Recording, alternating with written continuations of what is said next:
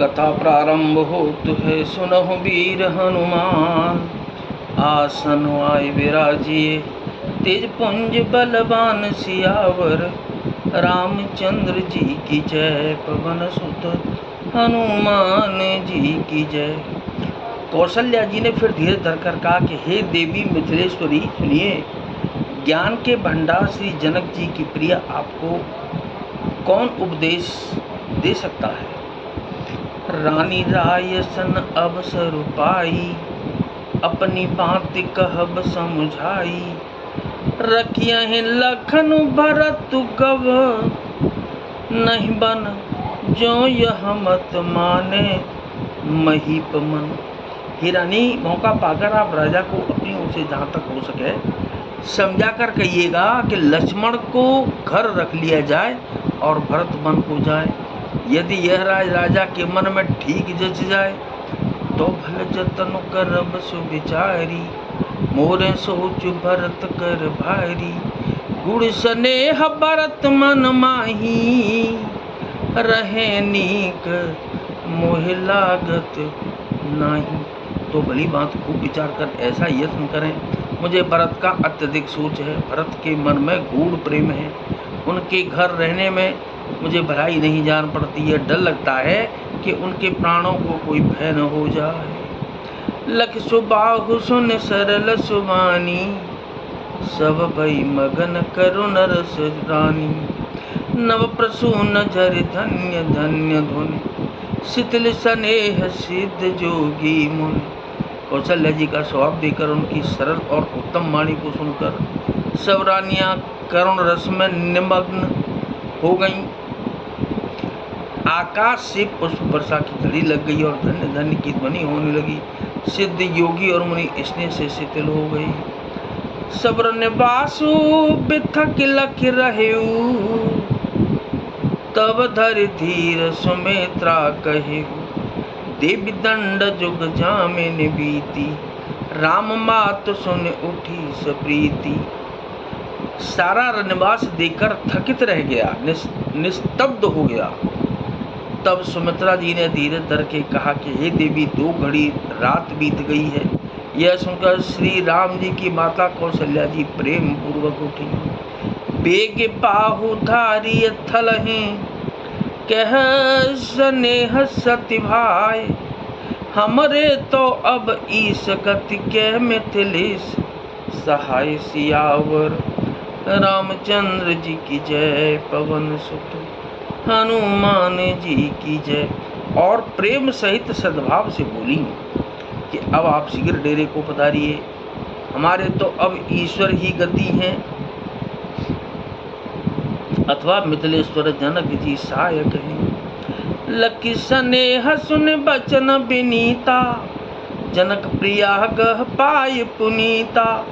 देवी उचित यश विनय तुम्हारी, दशरथ घर ने राम महतारी। कौशल्या जी के प्रेम को देखकर और उनके विनम्र वचनों को सुनकर जनक जी की प्रिय पत्नी ने उनके पवित्र चरण पकड़ लिए और कहा कि हे देवी, आप राजा दशरथ जी की रानी और श्री रामचंद्र जी की माता हैं। आपकी ऐसी नम्रता उचित ही है। प्रभु अपने नीचहु आदरहि, अग्नि धूम गिरे सिर तेनु धरहि। सेवकु राहु करम मन बानी, और सदा सहाय महेश भवानी। प्रभु अपने नीच जनों का भी आदर करते हैं। अग्नि धुएं को और पर्वत तृण घास को अपने सिर पर धारण करते हैं। हमारे राजा तो कर्म मन और वाणी से आपके सेवक हैं, और सदा सहायक तो श्री महादेव पार्वती जी हैं। रहु रे अंग जोगु जग को है, दीप सहाय के दिन कर सोय। राम जाहे बनु कर सुर काजू, अचल अवधपुर करे हहीं राजू। आपका सहायक होने योग्य जगत में कौन है। दीपक सूर्य की सहायता करने जाकर कहीं शोभा पा सकता है। श्री रामचंद्र जी वन में जाकर देवताओं का कार्य करके अवधपुरी में अचल राज्य करेंगे।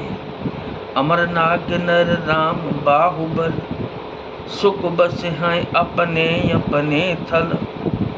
यह सब जाग बलिक कह राखा, देव न होई मुधा मुनि भाषा।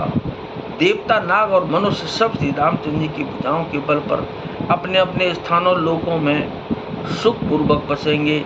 यह सब याज्ञवल्क्य मुनि ने पहले ही से कह रखा है। मुनि का कथन व्यर्थ झूठा नहीं हो सकता।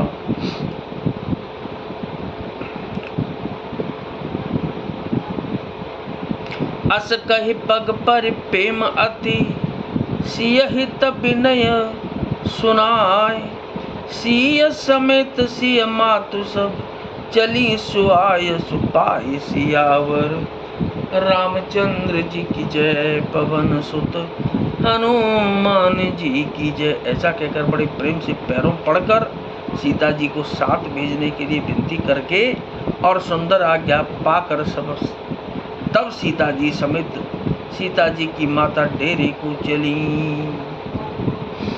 तो क्या कहते हैं कि नाथ सकल संपदा तुम्हारी, मैं सेवक समेत सुत नारी। कथा विसर्जन हो तु है और विदा हो हनुमान। राम लखन और जानकी मैया, सदा करें कल्याण सियावर। रामचंद्र जी की जय, पवन सुत हनुमान जी की जय।